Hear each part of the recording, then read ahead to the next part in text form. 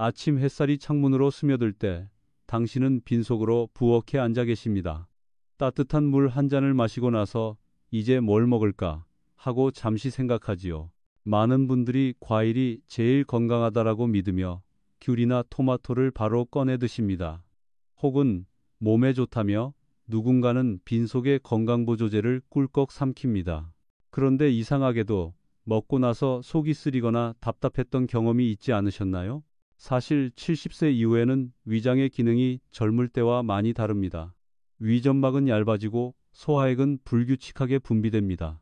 이 때문에 어떤 음식은 오히려 건강식품이라는 이름을 달고 있어도 빈속에서는 독처럼 작용할 수 있습니다. 많은 환자분들이 아침에 좋다는 음식과 영양제를 챙겨 먹다가 오히려 위염이나 역류성 식도염으로 병원을 찾습니다. 놀랍게도 그 원인이 바로 아무것도 먹지 않은 상태라는 단순한 사실이지요. 여기서 하나 꼭 기억하셔야 할 점이 있습니다. 건강을 지키려는 마음은 옳지만 타이밍이 잘못되면 약이 독으로 변합니다. 의학적으로도 공복에 섭취했을 때 위점막을 자극하거나 혈당을 급격히 흔드는 음식들이 분명히 존재합니다. 그럼에도 불구하고 아침엔 가볍게 과일 하나라는 믿음은 여전히 널리 퍼져 있습니다. 바로 이 오해가 수많은 70세 이상 어르신들의 속을 괴롭히고 있습니다. 그러니 오늘 이야기는 단순히 무엇을 먹지 말아야 하는가가 아닙니다.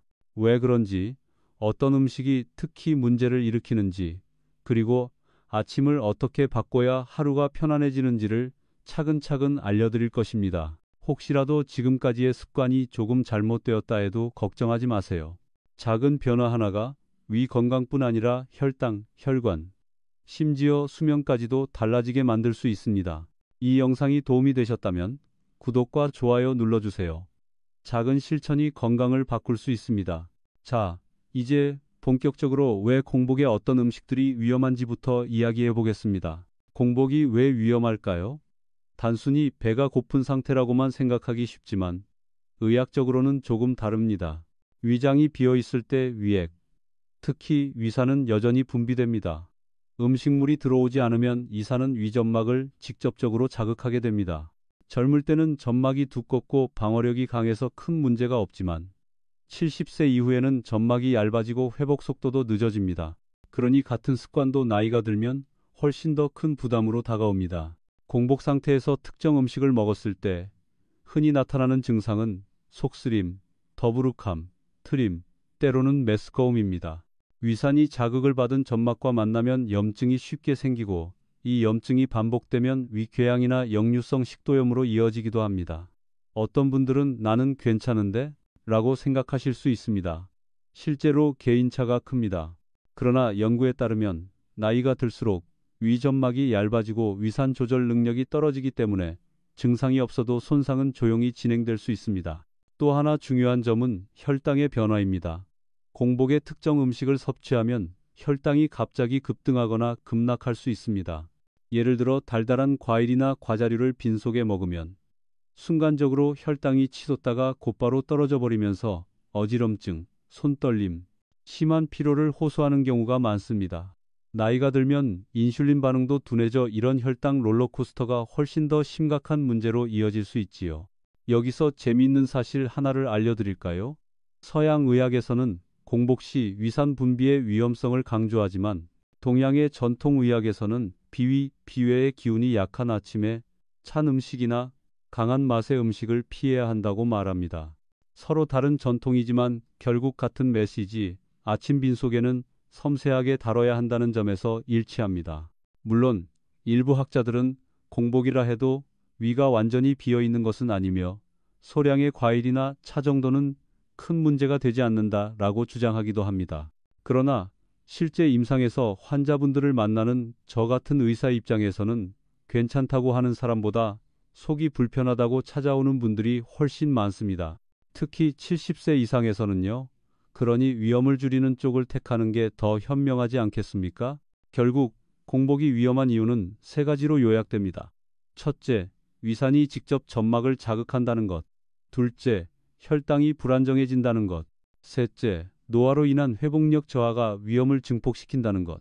이것만 기억하셔도 왜 공복에 조심해야 하는가를 이해하는 데 큰 도움이 될 것입니다. 이제 많은 어르신들이 무심코 반복하는 아침 습관이 어떤 문제를 낳는지 살펴보겠습니다. 아침마다 반복되는 습관 중 하나는 커피 한 잔으로 하루 시작하기입니다. 은퇴 후 여유가 생기면 더더욱 이 습관은 생활의 일부가 됩니다. 그런데 공복 상태에서 마시는 커피는 생각보다 훨씬 더 강한 자극이 됩니다. 카페인이 위산 분비를 촉진하기 때문에 이미 예민해진 위점막이 공격을 받는 셈이지요. 나는 커피 없이는 눈이 안 떠진다라고 말씀하시는 분들이 많지만 실제로는 속 불편함이나 쓰림, 심지어 부정맥까지 유발할 수 있습니다. 두 번째로 흔한 습관은 과일은 아침에 먹어야 좋다는 믿음입니다. 특히 귤, 오렌지, 토마토 같은 산도가 높은 과일은 빈속에 먹으면 위산과 함께 위점막을 이중으로 자극합니다. 어떤 분은 이를 두고 건강에 좋은 비타민 C를 충전한다라고 생각하지만 실제로는 속쓰림과 더부룩함을 불러오지요. 70세 이후에는 점막 방어력이 떨어지기 때문에 이 자극은 곧 염증으로 이어질 가능성이 큽니다. 또 자주 목격하는 장면은 약통을 먼저 여는 모습입니다. 혈압약, 아스피린, 고지혈증약, 심지어 비타민제까지 공복에 삼키는 분들이 많습니다. 문제는 이런 약들 중 상당수가 위 점막을 자극하거나 혈당을 떨어뜨릴 수 있다는 점입니다. 실제로 아침 약을 먹고 나서 갑자기 어지러워 쓰러졌다는 사례를 응급실에서 자주 듣습니다. 약은 건강을 지키기 위해 먹지만 빈속에 먹는다면 오히려 해가 될 수 있다는 사실을 간과하기 쉽습니다. 여기서 한 가지 놀라운 오해가 있습니다. 아침을 굶으면 몸이 가벼워지고 건강해진다라는 생각입니다. 젊은 사람들에게 간헐적 단식이 유행하면서 이를 그대로 따라하는 70세 이상 어르신들도 늘어났습니다.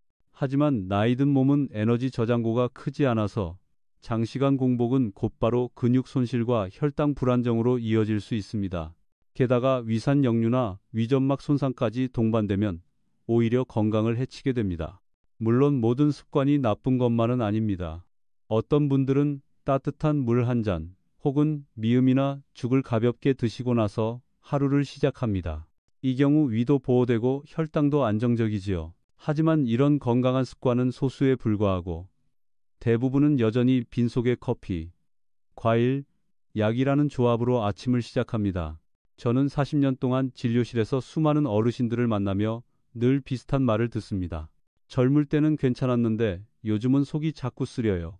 나이가 들면 같은 습관도 다른 결과를 가져옵니다. 그렇기 때문에 아침 습관을 바꾸는 건 단순히 위장을 편하게 하는 문제가 아니라 전반적인 건강의 균형을 다시 잡는 중요한 출발점이 됩니다. 이제 공복에 특히 피해야 할 과일들을 하나씩 짚어보겠습니다.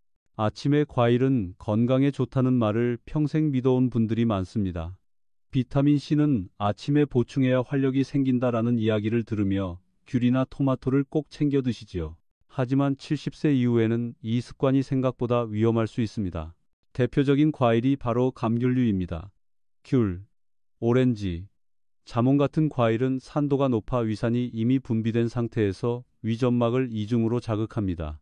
젊을 때는 괜찮았다가 나이 들어 속쓰림이 심해지는 이유가 바로 여기에 있습니다. 실제로 진료실에서는 아침마다 오렌지를 먹으면 상쾌하다가도 점심쯤 속이 쓰리다라는 환자분을 자주 만납니다. 토마토도 마찬가지입니다. 토마토는 건강식품으로 불릴 만큼 항산화 성분이 풍부하지만 빈속에 먹으면 위산과 만나 불편함을 일으키기 쉽습니다. 특히 위가 예민한 분들은 먹고 나서 바로 트림이 나오거나 더부룩함을 호소하지요. 바나나는 조금 다른 이유로 문제가 됩니다. 바나나는 칼륨과 마그네슘이 많아 혈압 조절에 좋다고 알려져 있지만 공복에 먹으면 혈중 마그네슘 농도가 급격히 올라 심장에 부담을 줄 수 있습니다. 실제로 심장이 약한 어르신 중 일부는 아침에 바나나를 먹고 가슴이 두근거린다라는 경험을 하기도 합니다. 또 한 가지, 배나 사과처럼 식이섬유가 많은 과일도 공복에 섭취하면 위에 갑작스럽게 부하가 걸릴 수 있습니다. 위가 텅 빈 상태에서 갑자기 섬유질이 들어오면 장이 과도하게 움직여 설사나 복통으로 이어지기도 합니다. 이런 반응은 특히 장이 약해진 노인들에게 흔히 나타납니다. 물론 과일이 해롭다는 뜻은 아닙니다. 과일은 여전히 노화 방지와 면역력 강화에 좋은 음식입니다.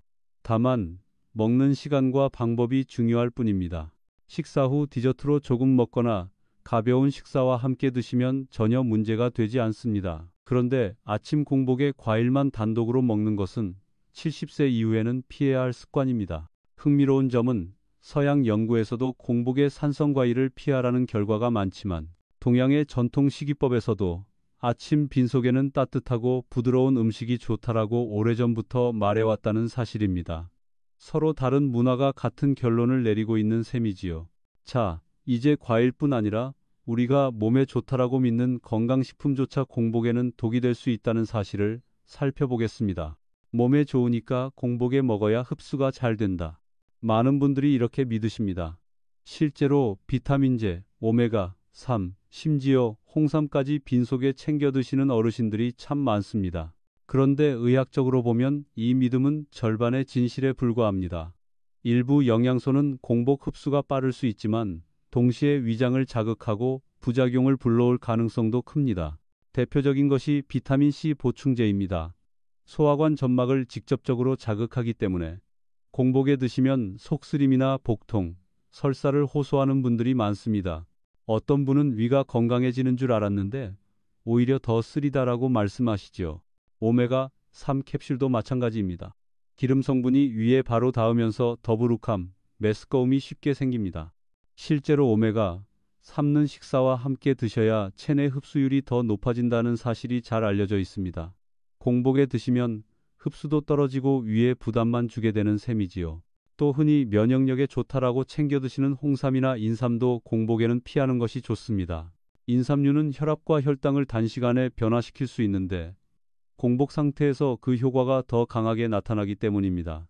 어떤 분은 인삼차를 아침에 마셨다가 두근거림과 어지럼증으로 응급실을 찾기도 합니다. 의약품도 예외는 아닙니다. 아스피린이나 일부 혈압약은 위점막을 자극해서 공복에 복용하면 위출혈 위험이 높아집니다. 그런데 습관적으로 일어나자마자 약부터 챙기자라고 생각하는 분들이 많아 문제가 되는 것이지요. 실제 진료 현장에서 약물 자체의 부작용보다 복용 타이밍 때문에 생긴 위염, 위출혈 사례를 수도 없이 봐왔습니다. 물론 학계에서도 의견 차이가 있습니다. 빈속에 먹어도 무방하다라는 주장도 있고 일부 영양소는 실제로 공복 흡수가 더 효율적이라는 데이터도 있습니다. 하지만 70세 이후의 몸은 단순히 흡수율만 고려할 수 없습니다. 위장이 약해지고 회복력이 떨어진 상태이기 때문에 약간의 자극도 큰 손상으로 이어질 수 있습니다. 그래서 현실적으로는 안전이 더 중요한 기준이 됩니다. 건강식품은 건강을 위해 존재합니다. 그런데 타이밍을 잘못 잡으면 건강을 해칠 수도 있습니다. 다시 말해, 무엇을 먹느냐보다 언제 먹느냐가 더 중요하다는 사실을 기억하시기 바랍니다. 이제 빈속에 위험한 음식이 이렇게 많은데 그렇다면 아침 공복에 먹어도 좋은 음식은 무엇일까요? 그 답을 함께 찾아보겠습니다. 그렇다면 아침 공복에는 도대체 무엇을 먹어야 안전할까? 라는 질문이 생깁니다. 실제로 좋은 음식은 따로 있습니다. 빈속에 먹어도 위를 자극하지 않고 오히려 보호해주며 혈당과 혈압을 안정시키는 음식들이지요. 첫 번째는 따뜻한 죽이나 미음입니다. 부드럽고 소화가 잘 되기 때문에 위점막을 편안하게 감싸줍니다. 특히 쌀죽, 보리죽, 귀리죽처럼 곡물 위주의 죽은 속을 든든하게 채우면서도 부담을 주지 않습니다. 많은 환자분들이 아침에 죽을 먹으면 속이 하루 종일 편하다고 말씀하시지요. 두 번째는 고구마입니다.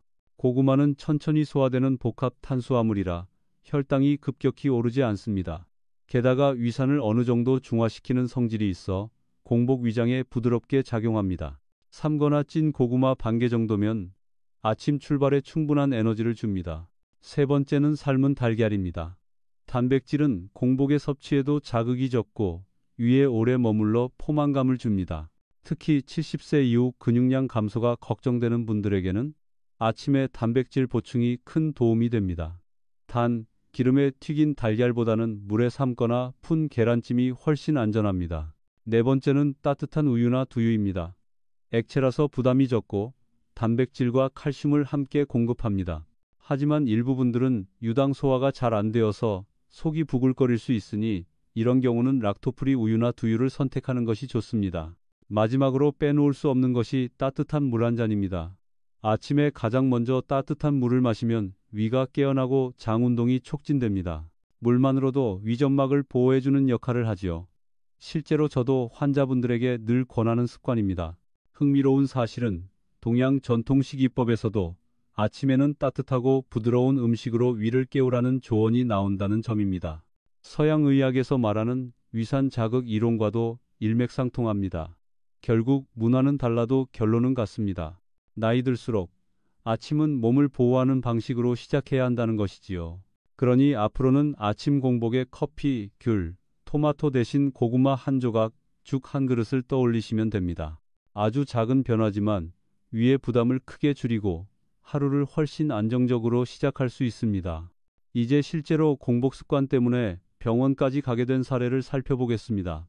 진료실에서 가장 기억에 남는 환자분 중 한 분은 72세 남성이었습니다. 평생 아침마다 귤과 토마토를 챙겨 먹는 습관을 가지고 계셨습니다. 과일은 비타민 덩어리니까 아침 공복에 먹어야 흡수가 잘 된다라는 믿음을 철석같이 가지고 계셨지요. 실제로 처음에는 아무 문제가 없다고 생각하셨습니다. 그런데 몇 년이 지나면서 점점 속쓰림이 잦아지고 소화가 잘 되지 않으며 체중도 서서히 줄었습니다. 처음에는 대수롭지 않게 여기셨습니다. 나이가 들면 원래 소화력이 떨어진다고만 생각하셨던 겁니다. 하지만 증상이 심해져 결국 병원을 찾으셨고 내시경 검사 결과 위점막이 심하게 붉고 헐어 있었습니다. 의학적으로는 만성 위염이 진행되고 있었던 것이지요. 환자분은 놀라며 이렇게 말씀하셨습니다. 아니, 평생 몸에 좋다고 먹은 건데 이게 제 위를 망치다니요.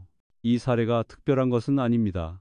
실제로 나이가 들수록 위산 분비는 불규칙해지고 점막은 얇아지기 때문에 산성 과일을 공복에 장기간 섭취하면 만성 위염이나 역류성 식도염으로 이어질 가능성이 매우 높습니다. 특히 귤, 토마토 같은 과일은 소화 과정에서 가스도 많이 발생시키기 때문에 불편감을 더 크게 만듭니다. 더 무서운 점은 이런 증상이 단순한 속쓰림으로 끝나지 않는다는 겁니다. 만성 위염이 오래되면 위점막의 재생력이 떨어지고 일부에서는 위암 전 단계 병변으로 진행하기도 합니다. 물론 모든 환자가 그렇게 되는 것은 아니지만 위험성을 줄이려면 사소한 습관부터 고쳐야 한다는 사실은 분명합니다. 이 환자분은 생활 습관을 바꾼 뒤 6개월 만에 상태가 크게 호전되었습니다. 아침에는 따뜻한 죽과 삶은 달걀로 시작하고 과일은 점심이나 저녁 식후에 소량 드시도록 권했습니다. 결과는 놀라웠습니다. 속쓰림이 사라지고 체중도 안정되었으며 활력도 회복되었습니다. 내가 이렇게 편안하게 밥을 먹을 수 있다는 게 기적 같다라는 말씀을 남기셨습니다. 이 사례가 전하는 메시지는 단순합니다. 건강을 지키려는 의도가 나쁘지 않아도 잘못된 타이밍이 평생 쌓이면 병으로 이어질 수 있다는 것입니다. 아침 공복에 어떤 음식을 선택하는지가 당신의 위 건강을 결정한다고 해도 과언이 아닙니다. 다음으로는 약 복용 타이밍의 중요성과 잘못된 습관이 어떤 위험을 가져올 수 있는지 살펴보겠습니다. 또 다른 환자분은 75세 여성으로 10년 넘게 고혈압과 고지혈증 약을 복용해 오셨습니다. 늘 아침에 일어나자마자 약부터 챙기라는 말을 들으셨기 때문에 평생 습관처럼 빈속에 약을 삼키셨습니다. 어느 날 새벽, 갑자기 심한 복통과 어지럼증으로 응급실에 오셨는데 검사 결과는 위출혈이었습니다. 위 내시경에서 점막이 군데군데 헐어 있고 피가 고여 있었습니다.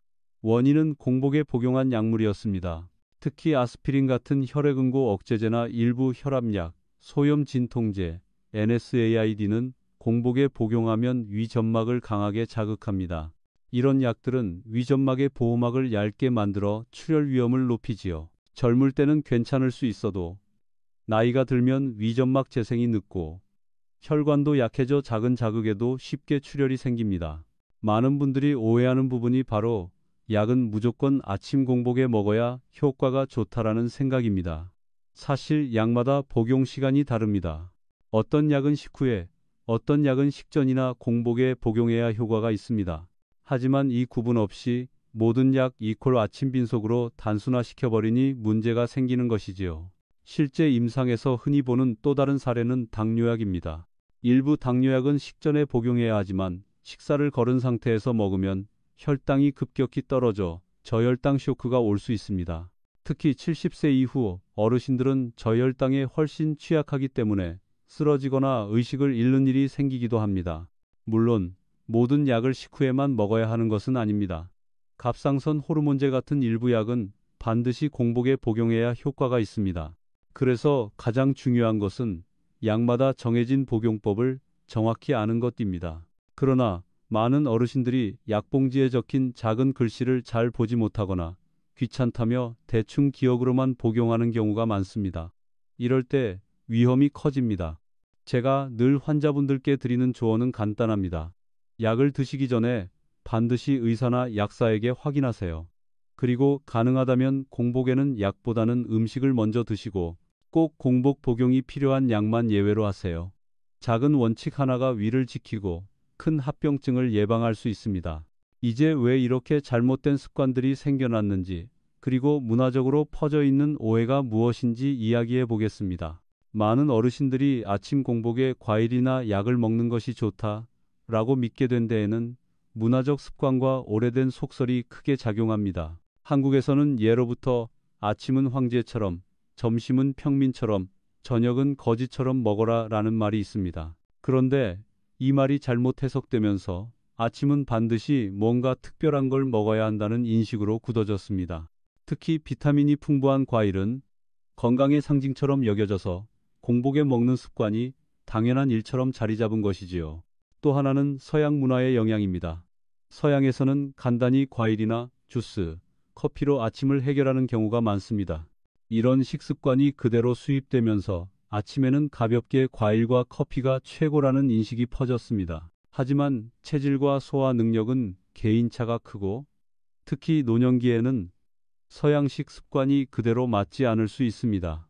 재미있는 점은 한방에서는 오래전부터 아침 빈속에는 찬 것, 신맛 나는 것을 피하라라고 가르쳐 왔다는 사실입니다. 뜨거운 죽, 따뜻한 차로 위를 부드럽게 깨우는 것이 좋다고 했지요.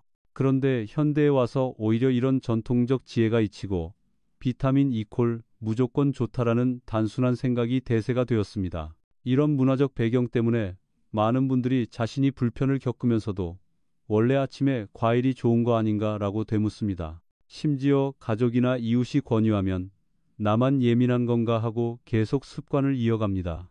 결국 시간이 지나 위염이나 소화불량이 나타나면 그제야 병원을 찾는 경우가 많습니다. 물론 학자들 사이에서도 의견은 갈립니다. 일부 연구자들은 공복이라도 소량의 과일은 큰 문제가 되지 않는다고 주장합니다.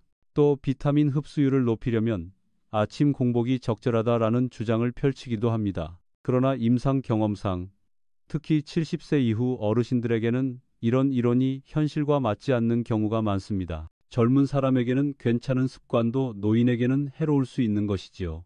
결국 중요한 것은 개인 맞춤입니다. 전통과 현대, 동양과 서양의 의견이 엇갈릴 때 가장 현명한 방법은 자신의 몸의 반응을 확인하는 것입니다. 아침에 무엇을 먹었을 때 편안한지 불편한지를 관찰하고 그에 따라 습관을 조절하는 것이야말로 진짜 건강관리의 시작입니다. 이제 의사들 사이에서도 왜 이런 주제에 대한 의견 차이가 있는지 조금 더 깊이 들여다보겠습니다. 의사들 사이에서도 아침 공복에 무엇을 먹어야 하는가에 대한 의견은 다양합니다.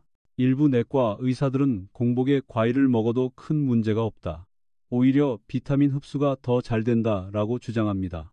특히 서양에서 진행된 몇몇 연구에서는 젊고 건강한 성인들을 대상으로 공복에 과일이나 주스를 먹어도 위장에 큰 해가 없다는 결과가 나오기도 했습니다. 반면 다른 의사들은 임상 경험을 근거로 정반대의 입장을 보입니다. 실제 환자들, 특히 60세 이상 어르신들을 진료하다 보면 공복에 산성 과일이나 특정 건강보조제를 섭취한 뒤 속쓰림이나 위염 증상이 악화되는 경우가 많습니다. 연구실 데이터와 현실 진료실의 체감이 크게 다르다는 것이지요. 이처럼 학계에서 의견이 갈리는 이유는 연구 대상과 환경이 다르기 때문입니다. 건강한 30대와 위가 약해진 70대는 같은 조건이 아니지만 연구 결과는 흔히 모두에게 동일하게 적용되는 사실처럼 전달됩니다. 그래서 언론에서 아침 공복에 과일이 좋다라는 기사 하나가 나오면 어르신들은 그것을 절대적 진리처럼 믿고 습관을 바꾸게 되는 겁니다. 또 다른 논점은 약물 복용입니다. 예를 들어 갑상선 호르몬제는 반드시 공복에 복용해야 흡수가 잘 되기 때문에 예외로 인정됩니다. 하지만 아스피린, 소염 진통제, 일부 혈압약은 공복 복용 시 위출혈 위험이 크다는 것이 정설입니다. 의사들 간에도 위보호제와 함께 쓰면 괜찮다는 의견과 그래도 공복은 피해야 한다는 의견이 맞섭니다. 이처럼 명확히 결론이 나지 않는 이유는 개인차가 너무 크기 때문입니다. 어떤 분은 공복에 토마토를 먹어도 멀쩡하고 어떤 분은 물 한 잔만 마셔도 속이 쓰리다고 호소합니다. 그래서 현대의학에서 점점 더 강조되는 것이 개인 맞춤 치료입니다. 같은 나이, 같은 병을 가진 사람이라도 생활 습관과 소화 능력에 따라 권장 사항이 달라질 수 있다는 것이지요. 저 역시 진료를 하면서 느끼는 것은 교과서적인 정답보다는 환자 개인의 몸 상태와 반응을 기준으로 조언해야 한다는 점입니다. 과학적 데이터와 임상 경험이 다를 때 노인의 몸은 대체로 후자에 더 가깝게 반응하는 경우가 많습니다. 결국 중요한 것은 공복에 절대 먹지 말아야 할 음식을 무조건 피하는 동시에 자신에게 맞는 안전한 아침 루틴을 만드는 것입니다. 이제 다음으로 구체적으로 어떤 루틴을 실천하면 좋은지 함께 살펴보겠습니다. 안전한 아침 루틴을 만드는 것은 생각보다 단순합니다. 중요한 것은 무엇을 먹느냐보다 어떻게 시작하느냐입니다. 작은 습관의 차이가 하루의 컨디션을 바꾸고 장기적으로는 위와 혈관 건강까지 지켜줍니다. 첫 번째 원칙은 따뜻한 물 한 잔으로 시작하기입니다. 아침에 일어나자마자 위에 갑작스러운 자극을 주기보다는 따뜻한 물이 위 점막을 부드럽게 감싸주도록 하는 겁니다. 이는 장 운동을 촉진하고 혈액순환에도 도움을 줍니다. 두 번째 원칙은 작은 음식으로 위를 깨우기입니다. 죽, 고구마, 삶은 달걀, 바나나 대신 사과 반쪽 식후, 우유 한 잔 등 소화가 부드러운 음식이 좋습니다. 중요한 것은 공복 위에 강한 산도나 자극적인 음식을 피하는 것입니다. 세 번째 원칙은 약 복용 타이밍을 정확히 지키기입니다. 의사나 약사가 안내한 복용법을 반드시 확인하고 공복에 먹어야 하는 약, 갑상선 호르몬제를 제외하고는 되도록 식후에 복용하세요. 만약 복용 시간을 헷갈린다면 약 봉지에 큰 글씨로 식후, 공복이라고 표시해두면 편리합니다. 네 번째 원칙은 가벼운 몸풀기로 혈액순환을 돕기입니다. 공복에 무리한 운동은 혈당을 떨어뜨릴 수 있으니 아침에는 가볍게 걷기나 스트레칭으로 몸을 깨우는 정도가 적당합니다.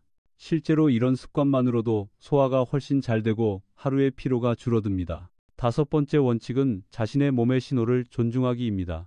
어떤 음식이든 나는 먹으면 속이 편하다 혹은 먹으면 늘 불편하다라는 신호가 있습니다.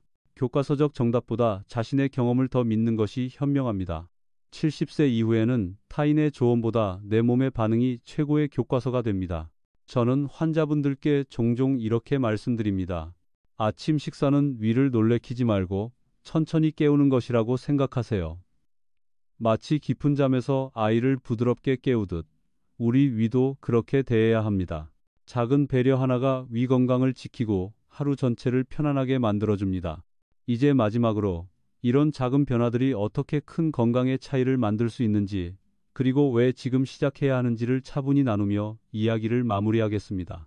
아침 햇살이 들어오는 창가에 앉아 따뜻한 물 한 잔을 마신다고 상상해 보세요. 위장이 천천히 깨어나고 부드럽게 호흡이 고르게 맞춰집니다. 작은 그 한 모금이 하루의 시작을 다르게 만드는 첫 걸음이 됩니다. 나이가 들수록 몸은 더 예민해지고 작은 습관 하나가 큰 변화를 일으킵니다. 우리는 늘 큰 병만 막으면 된다라고 생각하기 쉽지만 실제로 건강을 지켜주는 힘은 아주 사소한 습관에서 나옵니다. 아침 공복에 먹는 음식 하나, 약을 삼키는 타이밍 하나가 위를 지키고 혈당을 안정시키며 나아가 심장과 뇌혈관까지 보호할 수 있습니다. 돌아보면 많은 환자분들이 공통적으로 하는 후회가 있습니다. 그때 조금만 조심했더라면 사실 거창한 약이나 특별한 치료가 필요했던 게 아닙니다. 단지 아침 습관을 조금 바꿨더라면 평생 고생하지 않아도 됐을 일이었지요. 이제라도 늦지 않았습니다. 죽 한 숟갈, 삶은 달걀 반쪽, 따뜻한 물 한 잔. 아주 작은 실천이지만 이 습관들이 당신의 위를 편안하게 하고 하루를 안정적으로 만들어줍니다. 꾸준히 이어가면 소화가 좋아지고 혈당이 덜 흔들리고 밤의 잠도 한결 깊어집니다. 나이든 몸은 작은 배려에 크게 반응합니다. 저는 오랜 세월 환자분들과 함께하면서 한 가지 확신을 가지게 되었습니다. 건강은 거대한 변화가 아니라 작은 변화의 축적이다. 오늘 단 한 가지 습관을 바꾸는 것이 내년 이맘때 완전히 달라진 당신을 만들어줍니다. 마지막으로 제 진료실을 나서며 한 어르신이 하신 말을 전하고 싶습니다. 선생님, 저는 이제 아침이 두렵지 않아요. 하루가 가볍고 마음도 편안합니다. 이 말이 바로 우리가 지금 함께 나눈 이야기의 결론입니다. 천천히, 그러나 꾸준히, 그렇게 건강은 쌓여갑니다. 지금 시작하시면 내년 이맘때는 전혀 다른 삶이 펼쳐질 수 있습니다. 오늘이 그 첫걸음입니다.